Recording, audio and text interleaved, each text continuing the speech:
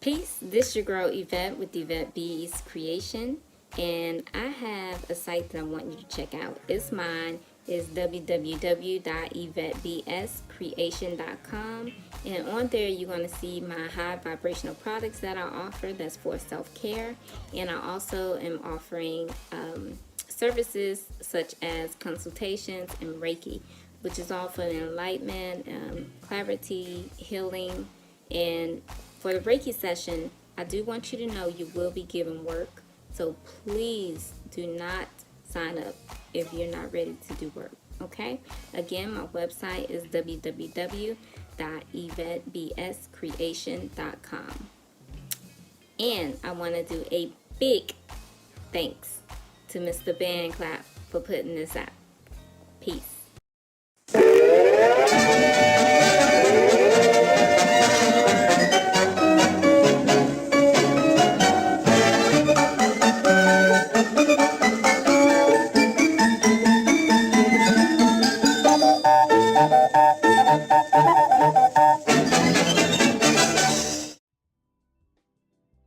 So the astral world, for this whole time, we've been talking about the astral world. And I feel like I did it. I feel like I did it justice. You know, I feel like I did it justice. Let me see where we at. So we right here. This is the next thing that I want to talk about, these tarot cards. You know, everybody, when you first get into divination, first thing you do, oh, I got to find me some tarot cards. It took me a long time before I got mines.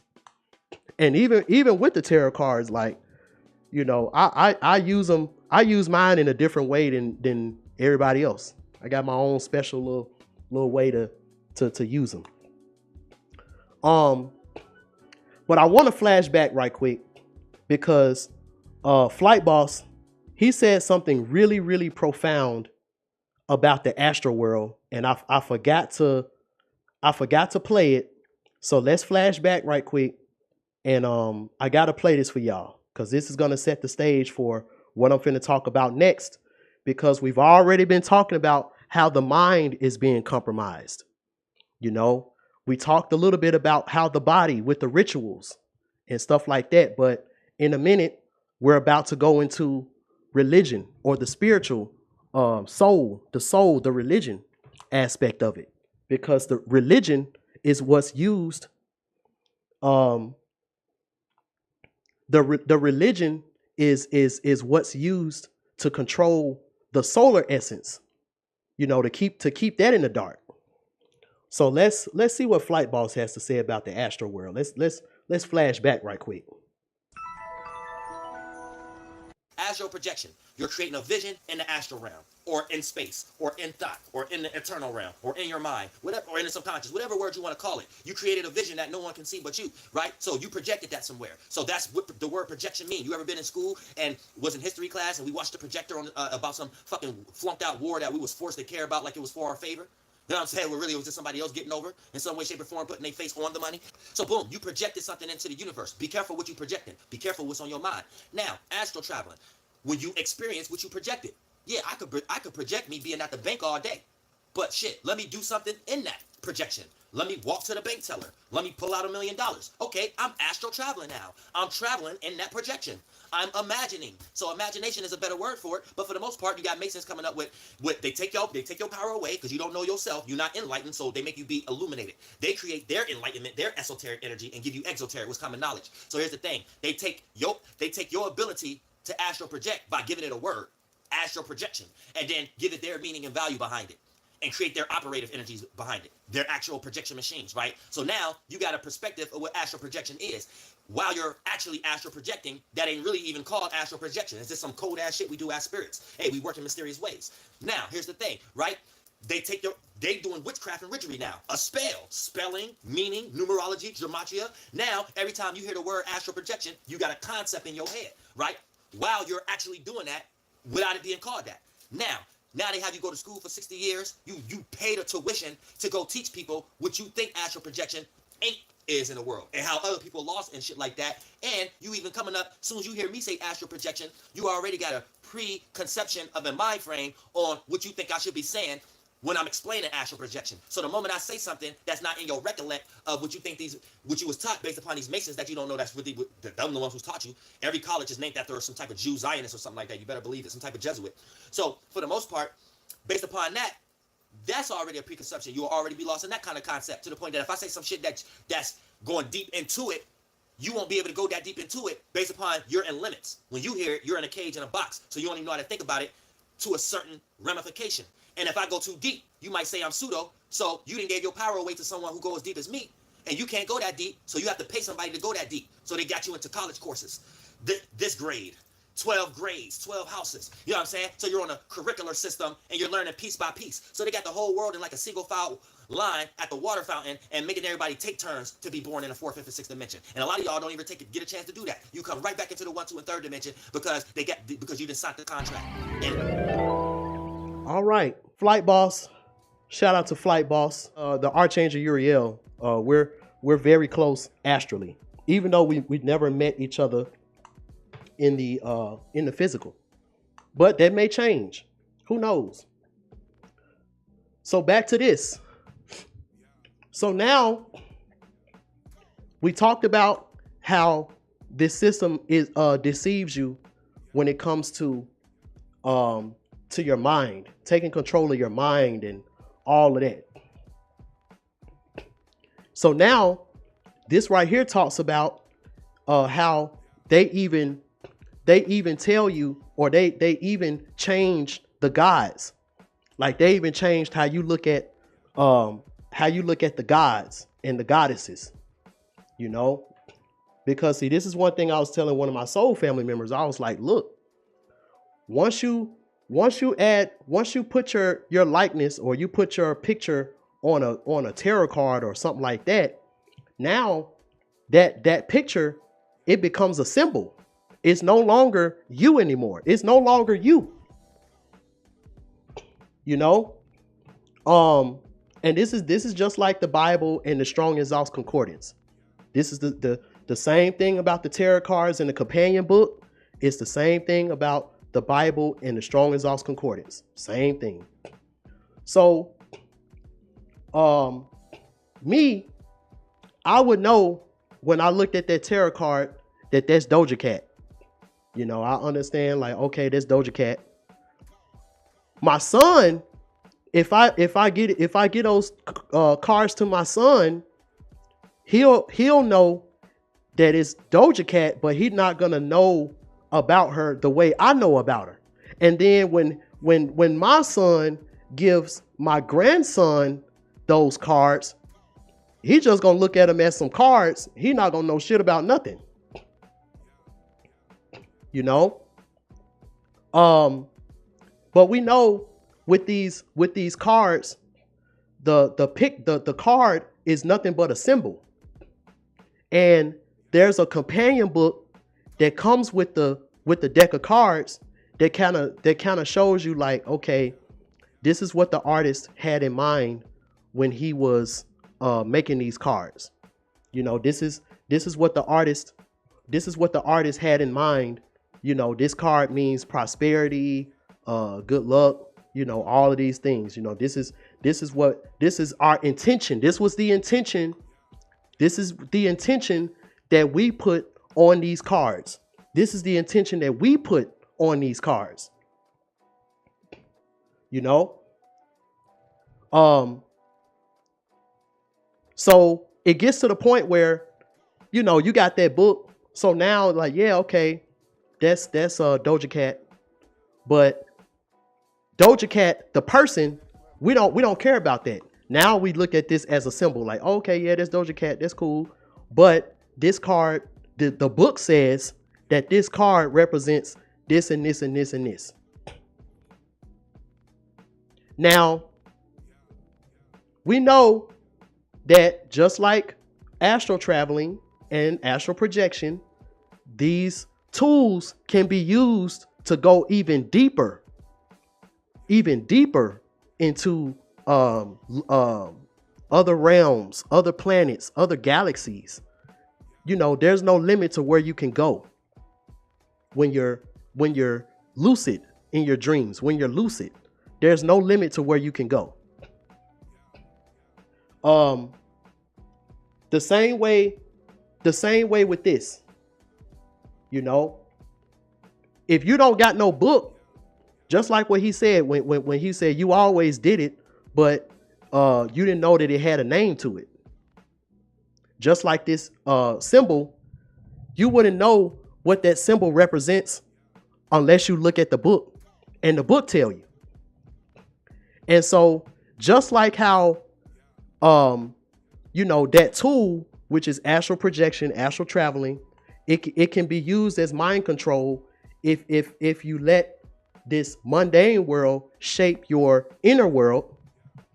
This is the same way that if you got these tarot cards and you just going strictly off the book, no intuition, no spiritual channeling, no nothing. You just going strictly off the book, and you just going strictly off of that. And every time you go through something, let me pull out a tarot card. Every time I'm anxious about something, let me pull out a tarot card. Now, I'm not listening to my intuition with the card. I'm just pulling it out, and whatever the book says, I'm gonna just go with it. That's right hand path religion, and that mentality is gonna keep you here. You're not ascending and finding enlightenment with the tarot cards, using it in that way. Just like with the zodiac signs, you know, I'm doing this because I'm a Gemini. Oh, I'm doing this because I'm a Scorpio. You know, that's the same thing. That's the same thing. When you take the left hand stuff out of it, now this tarot card and this zodiac sign, it becomes your religion. It becomes your religion, and that's the right hand path. That's the path that's gonna keep you reincarnating. You know? So now, as you can see, her likeness is being made into a symbol that can be used in any type of way that the system of soulless beings that put her on that pedestal, that symbol can be used in any type of way they want. You think I'm playing? You think I'm lying? Why is it that, you know, you could be a real cool celebrity. You could be a real cool person. And then let a certain media publication come out and spread a false narrative about you. And everybody believe in it. You know? And this was what Doja Cat went through. You know, somebody said in the chat, you know, she got canceled or whatever, or they tried to cancel her. So just like this media can be used to prop you up and turn you into a positive symbol, this same media can turn you into a negative symbol. So let's just say you got that tarot card that she got in her hand, and you know, it's a beautiful looking card.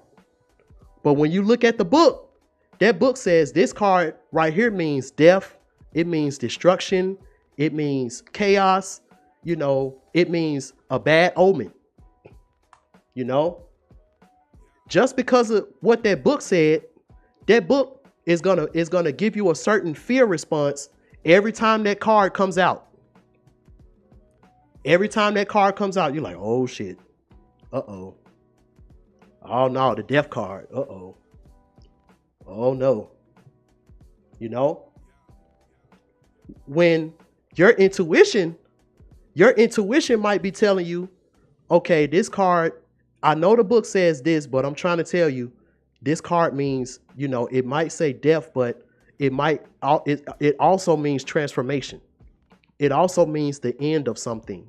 It also means, you know, all of these other things that can be actually positive. So that's what I wanted to cover with this. You know, I know we're on this spiritual journey, and we pick up these tools like learning about astrology, you know, learning about like he said, astrology, gematria, numerology, tarot, all of these different tools. But you can't make that tool your God. You got to remember, you are the God, you are the goddess. You know, you're the generator, operator, and destroyer. These tools are nothing but to help you on this journey. Spiritual tools and physical tools. You know, it's 2021. I'm not gonna say it's 2021. People should know better than to worship Oshun.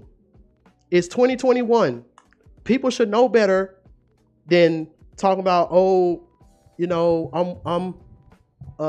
I gotta do this ritual because if I don't, Shango will be mad at me and he's gonna burn me or something.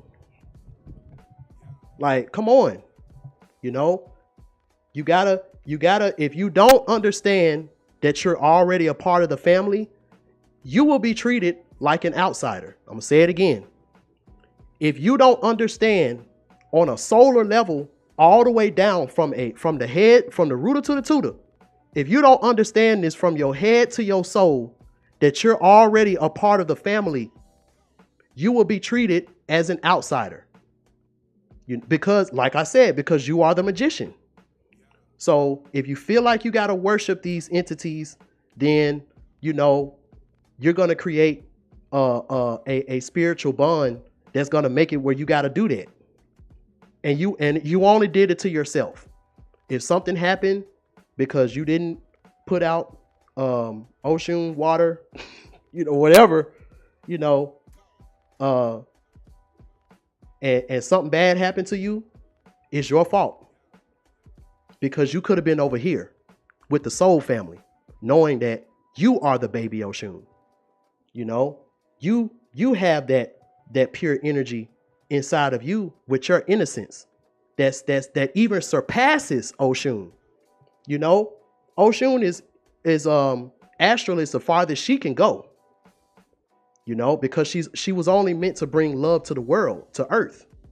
You know, but you have solar cosmic energy inside of you that even surpasses that. You know, just like what Bobby Hemmings said, these Orishas are our children. You know, these Orishas are our children at the end of the day. That's why I say the baby Oshun, the baby Eshu.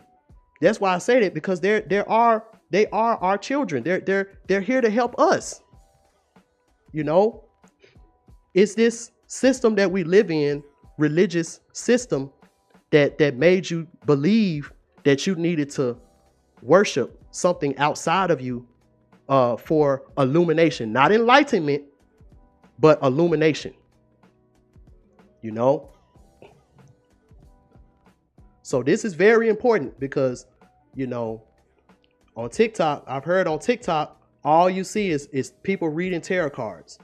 And I have to wonder, are you just reading what the books say? Or did you create a relationship with the entities that these cards represent? So that way, when you pull this card out and it's the SU reversed, and my inner child is like, ooh, that's baby. You know, that's the baby issue. You know, that don't mean something bad. That actually means the baby issue. You know, are you listening to your intuition? Or are you just going by what that definition says in that book? Just like the Bible. You know, if Lucifer came to you and was like, me and Jesus, we're actually the same person. You know, Jesus, he was the God, he was the God coming down as a man, to show you, that you can be very powerful, but you still have to love your neighbor and all this stuff. And I'm here to give you the real. I'm here to give you the light too.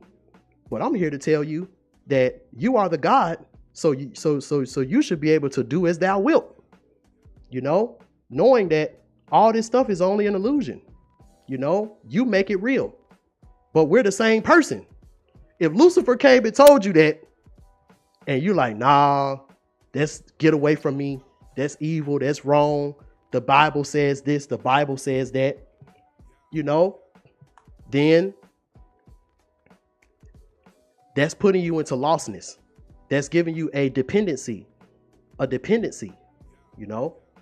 Now, I'm not saying to just do away with the book.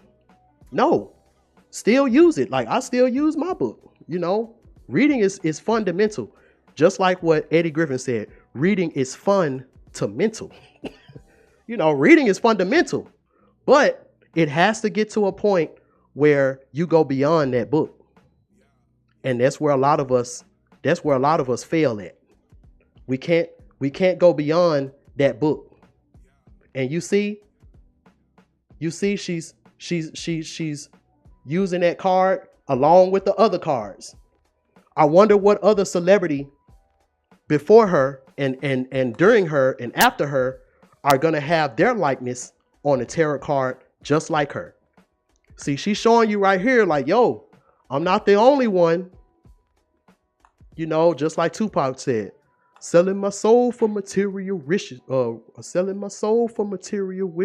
fast cars and bitches. Wishing I lived my life on a legend, immortalized in pictures. This is what she's doing. She's immortalizing herself with a symbol. Because that's what you are in the music industry. You're a symbol. And you can easily be replaced. And they showed us this countless times.